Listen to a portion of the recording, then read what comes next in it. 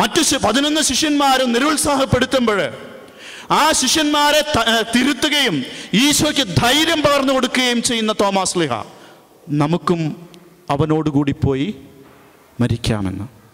അപ്പം ഈശോ മാത്രമല്ല, ശിഷ്യന്മാരും കൊല്ലപ്പെടും, അല്ലെങ്കിൽ ശിഷ്യന്മാരും പീഡിപ്പിക്കപ്പെടും എന്നുള്ള ഐഡിയ അവരുടെ മനസ്സിലുണ്ടായിരുന്നു.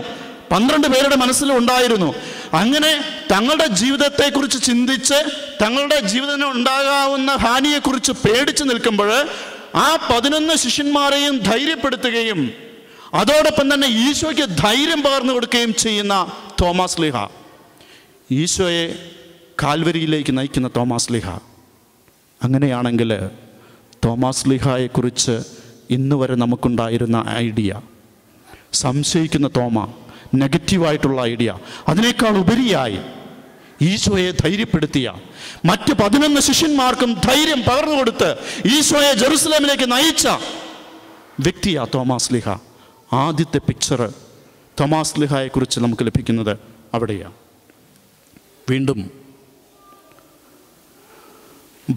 ഉപനിഷത്തിനകത്ത് ഒരു പ്രാർത്ഥനയുണ്ട്, നമ്മൾ ചെറുപ്പം മുതൽ പാടിയിട്ടുള്ളതും കേട്ടിട്ടുള്ളതുമായ പ്രാർത്ഥന, തമസോമ ജ്യോതിർഗമയ എന്ന പ്രാർത്ഥന. ഭാരതത്തിലെ സന്യാസികൾ ഈശോയുടെ ജനനത്തിന് എത്രയോ വർഷങ്ങൾ മുമ്പ് തന്നെ പ്രാർത്ഥിച്ചിരുന്ന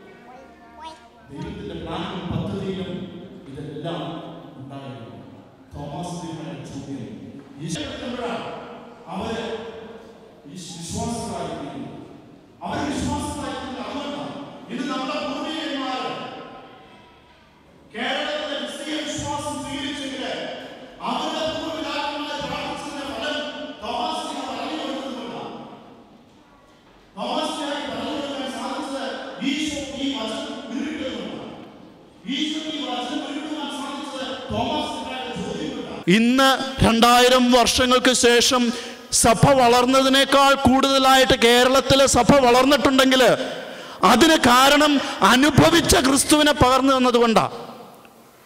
തൊട്ട് അറിഞ്ഞ് അനുഭവിച്ച ഈശോയെ പകർന്നു തന്ന തോമാ ശ്ലീഹ. അതുകൊണ്ടാണ് നമ്മൾ ഇത്രയും പേര് ഒരുമിച്ച് കൂടിയിരിക്കുന്നത്. കേരളത്തിൻ്റെ പല ഭാഗങ്ങളിൽ നിന്നുള്ളവരാ. കാസർഗോഡ് മുതൽ തിരുവനന്തപുരം വരെയുള്ള എല്ലാ ജനങ്ങളും ഉണ്ട്. എല്ലാ രൂപതക്കാരും കാണും, എല്ലാ ജില്ലക്കാരും കാണും. നമ്മളെല്ലാം ഒരുമിച്ച് കൂട്ടുന്നത് ഈ തലമുറകളായിട്ട് നമ്മുടെ മാതാപിതാക്കന്മാരിൽ നിന്ന്, നമ്മുടെ പൂർവ്വപിതാക്കന്മാരിൽ നിന്ന് നമ്മൾ വിശ്വാസം സ്വീകരിച്ചത് കൊണ്ടാണ്. പിതാവിനെക്കുറിച്ച് ചിന്തിച്ചു, ഇനി മാതാവിനെക്കുറിച്ച്. പരിശുദ്ധ അമ്മ, ഇംഗ്ലീഷിൽ നമ്മൾ ഉപയോഗിക്കുന്ന വാക്ക് blessed virgin Mary. Blessed virgin Mary. ഒരു ചോദ്യം, വീണ്ടും ഇത് കുട്ടികളോടല്ല, നിങ്ങൾ സ്വയം ചോദിച്ചാൽ മതി. മാതാവിൻ്റെ ജീവിതം അത്ര ബ്ലെസ്സഡ് ആയിരുന്നോ? മാതാവിൻ്റെ ജീവിതം അത്രമാത്രം അനുഗ്രഹിക്കപ്പെട്ടതായിരുന്നോ? ഇന്ന് നമ്മൾ നോക്കുമ്പോൾ, ഇന്ന് നമ്മൾ വാഴ്ത്തപ്പെട്ടവളെ, അനുഗ്രഹിക്കപ്പെട്ടവളെ എന്നൊക്കെ നമ്മൾ പ്രാർത്ഥന ചൊല്ലും, നമ്മൾ പ്രാർത്ഥിക്കും. ഇന്ന് അൾത്താരയിൽ വണങ്ങുന്നുണ്ട്, വലിയ സ്ഥാനം സഭയിലുണ്ട്. അതൊന്നുമല്ല ഞാൻ പറയുന്നത്. മാതാവ് ജീവിച്ചിരുന്ന കാലത്തെ ജീവിതകാലത്തെക്കുറിച്ചാണ് ഞാൻ ചോദിക്കുന്നത്. ആ മാതാവിൻ്റെ ജീവിതം അനുഗ്രഹിക്കപ്പെട്ടതായിരുന്നോ? ഒന്ന് ചിന്തിച്ചു നോക്കുക. പുരുഷനെ അറിയാതെ ഗർഭവതിയാവുക സാധാരണ രീതിയിൽ ആർക്കും വിശ്വസിക്കാൻ പറ്റില്ല. അപ്പം അങ്ങനെയുള്ളപ്പോൾ സമൂഹത്തിൻ്റെ മുമ്പിൽ അവൾ ആരാ? പിഴച്ച് പെറ്റവൾ. മോശമായ ഭാഷയാണ് ഞാൻ ഉപയോഗിക്കുന്നതെന്ന് അറിയാം, പക്ഷേ കാര്യം മനസ്സിലാക്കിച്ചു തരാനാണ്. സമൂഹത്തിന് മുമ്പിൽ, അല്ലെങ്കിൽ നമ്മുടെ നാടൻ ഭാഷയിൽ പറഞ്ഞാൽ വിവാഹത്തിന് മുമ്പേ ഗർഭവതിയായവൾ, പിഴച്ചു പെറ്റവളെന്ന് നമ്മൾ നാടൻ ഭാഷയിൽ പറയും. അങ്ങനെയാണെങ്കിൽ അവൾക്ക് സമൂഹത്തിലുള്ള സ്ഥാനം എന്താ? ഇന്നത്തെ കാര്യമല്ല ഞാൻ പറയുന്നത്. നമ്മൾ താമസിക്കുന്ന ഇംഗ്ലണ്ടിലെ സാഹചര്യത്തിനല്ല ഞാൻ പറയുന്നത്. ഇവിടുത്തെ കൾച്ചറല്ല ഞാൻ സംസാരിക്കുന്നത്. നമ്മുടെ നാട്ടിലെ കൾച്ചർ വെച്ചിട്ടാണ് ഞാൻ സംസാരിച്ചത്. അപ്പം അങ്ങനെയാണെങ്കിൽ ഇപ്പോഴും ഈ 21-ാം നൂറ്റാണ്ടിൽ നമ്മുടെ മെൻറ്റാലിറ്റി അതാണെങ്കിൽ, നമ്മുടെ ഭാരതത്തിൻ്റെ സംസ്കാരം വെച്ച് ആ മെൻറ്റാലിറ്റി ആണെങ്കിൽ 20 നൂറ്റാണ്ടുകൾക്ക് മുമ്പുണ്ടായിരുന്ന ഓറിയൻ്റൽ കൾച്ചർ, ആ ഓറിയൻ്റൽ കൾച്ചർ അനുസരിച്ച് എങ്ങനെയാണ് ഒരു സമൂഹത്തിന് അത് സ്വീകരിക്കാൻ പറ്റുക? അപ്പം മാലാഖ പ്രത്യക്ഷപ്പെട്ടു. മാലാഖ എന്തൊക്കെയോ പറഞ്ഞു, മാതാവ് സമ്മതവും മൂളി. ഇതെല്ലാം കഴിഞ്ഞിട്ട് മാലാഖ പറന്നും പോയി. അവസാനം ചുമക്കേണ്ടി വന്നത് അമ്മയാണ്, മേരി എന്ന പെൺകുട്ടി. അമ്മയെന്നല്ല ഞാൻ പറയാം, മേരി എന്ന പെൺകുട്ടി. അവൾക്കുണ്ടാകുന്ന നാണക്കേട്, സഹനം, സമൂഹത്തിലുള്ള അപമാനം. ഇനി പോട്ടെ, അത് ക്ഷമിച്ച് കളയാം. മാതാവിൻ്റെ ഒരു ദർശനമൊക്കെ ഉണ്ടായല്ലോ. മാലാഖ വന്നു, ദൈവത്തിൻ്റെ ഇടപെടൽ സമ്മതിച്ചു. മുമ്പോട്ട് പോകാം. നിങ്ങളെല്ലാവരും തന്നെ നല്ലൊരു ശതമാനവും, പ്രത്യേകിച്ച് സ്ത്രീകൾ നേഴ്സുമാരാണല്ലേ. ആ രീതിയിൽ നമ്മൾ വന്നവരാണ്. ഇവിടെ ഹോസ്പിറ്റൽ മിനിസ്ട്രി ചെയ്യുന്നവരാണ്.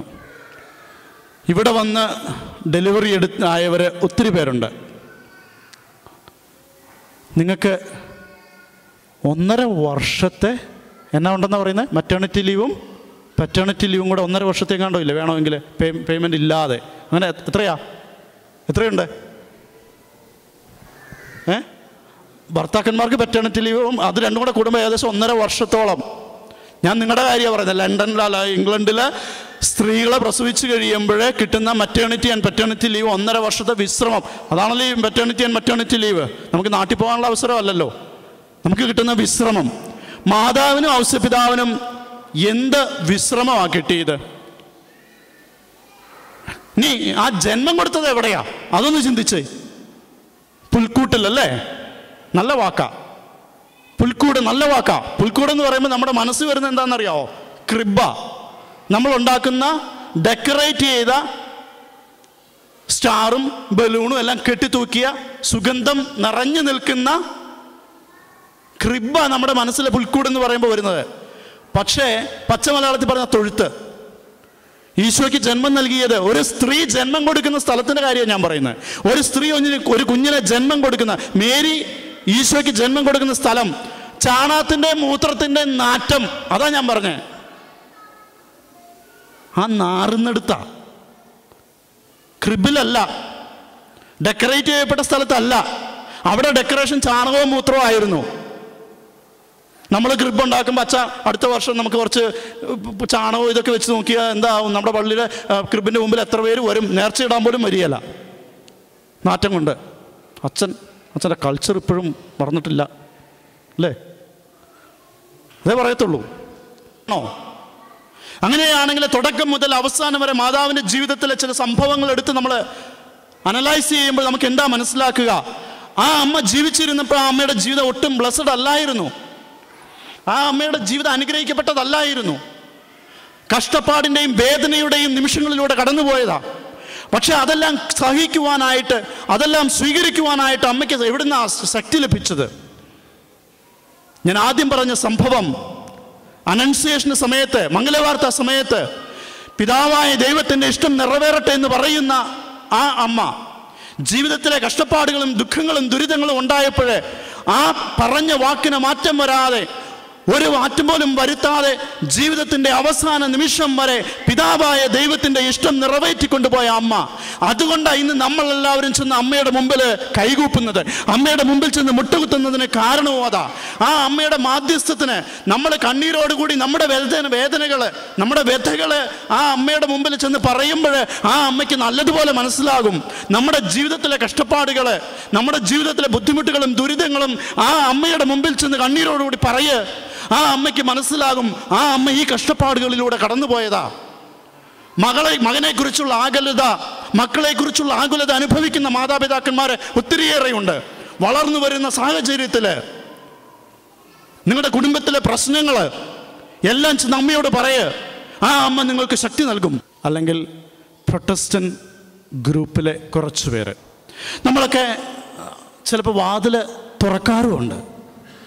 അവർ പറയുന്നത് കേൾക്കാറുണ്ട്. കേൾക്കുമ്പോൾ ചിലപ്പോൾ തോന്നും, ദൈവമേ അത് പറഞ്ഞത് ശരിയാണല്ലോ, മാതാവിനെതിരായിട്ട് അവർ പറഞ്ഞത് ശരിയാണ്. അനുഭവമല്ല ഞാനീ പറയുന്നത്. നിങ്ങളുടെയൊക്കെ വീടുകളിൽ അവർ വന്നിട്ടില്ലേ? നിങ്ങളിൽ ചിലരെങ്കിലും അവരുടെയൊക്കെ പ്രാർത്ഥനാ സമ്മേളനങ്ങളിൽ പോയിട്ടില്ലേ? പാസ്റ്റർമാർ വിളിച്ചപ്പോഴേ, മാതാവിനെതിരെ പറഞ്ഞപ്പോഴെല്ലാം നിങ്ങളത് കേട്ടിരുന്നിട്ടില്ലേ? നല്ലൊരു ശതമാനം ആൾക്കാരും കത്തോലിക്ക വിശ്വാസികളും അവരെ വീട്ടിൽ നിന്ന് ധൈര്യപൂർവ്വം ഇറക്കി വിട്ടിട്ടുണ്ട്. അതിനൊട്ടും വിഷമിക്കേണ്ട ആവശ്യമില്ല. സ്നേഹപൂർവ്വം സ്വീകരിക്കാം, മനുഷ്യരെന്ന പരിഗണന കൊടുത്തുകൊണ്ട്. പക്ഷെ ഞാൻ വിശ്വസിക്കുന്ന, എനിക്ക് എൻ്റെ പൂർവികരായിട്ട് കൈമാറി തന്ന കത്തോലിക്ക സഭയുടെ വിശ്വാസത്തിനെതിരായിട്ട് എൻ്റെ ഭവനത്തിൽ കയറി ആരെങ്കിലും പറയുന്നുണ്ടെങ്കിൽ അവനോട് പറയണം, മോനെ വാതിൽ തുറന്നിരിക്കുന്നു, ഇറങ്ങുക എന്ന് പറയണം. ധൈര്യപൂർവ്വം പറയുവാൻ സാധിക്കണം. ഈ അമ്മയ്ക്കെതിരായിട്ട് പറയുവാനായിട്ട് എൻ്റെ വീട്ടിലേക്ക് ആരെങ്കിലും കയറി വന്നാൽ അവരെ ധൈര്യപൂർവ്വം ഇറക്കി വിടുവാനായിട്ട് എനിക്ക് സാധിക്കണം. അവർ പറയും, ഈ റോസറി എന്ന് പറയുന്നത്, നിങ്ങളുടെ മാതാവിൻ്റെ പേര് ചൊല്ലി ഏത് നേരം റോസറി ചെല്ലുന്നില്ലേ, കൊന്ത ചെല്ലുന്നില്ലേ, അമ്മ അമ്മ അമ്മ എന്ന് പറഞ്ഞുകൊണ്ട്, അതാണ് അവരുടെ ആർഗ്യുമെൻ്റ്. എന്താ നമ്മുടെ റോസറി എന്ന് പറയുന്നത്? അവർ ബൈബിളും സ്വീകരിച്ചുകൊണ്ട്, ബൈബിളും കയ്യിൽ പിടിച്ചുകൊണ്ടാണ് വരുന്നത്. ഈ ബൈബിള് തന്നെയാ റോസറി എന്ന് പറയുന്നത്. നമ്മൾ ആദ്യം ചൊല്ലുന്നത് എന്താ? വിശ്വാസ പ്രമാണമാണ് നമ്മൾ ചൊല്ലുന്നത്. ആദ്യം സ്വർഗസ്ഥനായ പിതാവ്, ബൈബിളിലെ എഴുതിയിട്ടിരിക്കുന്ന വചനങ്ങളാണ് സ്വർഗസ്ഥനായ പിതാവ് എന്നുള്ളത്. ഈശോ പഠിപ്പിച്ച പ്രാർത്ഥന, നന്മ നിറഞ്ഞ മറിയമേ നിനക്ക് സ്വസ്തി, കർത്താവ് നിന്നോടുകൂടെ, എന്നതാ അത്? അതും ബൈബിളിലെ വചനങ്ങളാ. മാലാഖ ഈ മാതാവിനോട് പറഞ്ഞ വചനങ്ങളാ. ആ വചനങ്ങളാണ് നമ്മൾ ഉരുവിടുന്നത്, അല്ലാതെ വേറൊന്നുമല്ല. അങ്ങനെയാണെങ്കിൽ നമ്മൾ റോസറി ചെല്ലുന്ന മാതാവിൻ്റെ പേര് മാത്രമല്ല പറയുന്നത്, നമ്മൾ വചനം ആവർത്തിച്ച് ചൊല്ലുകയാണ് ചെയ്യുന്നത്.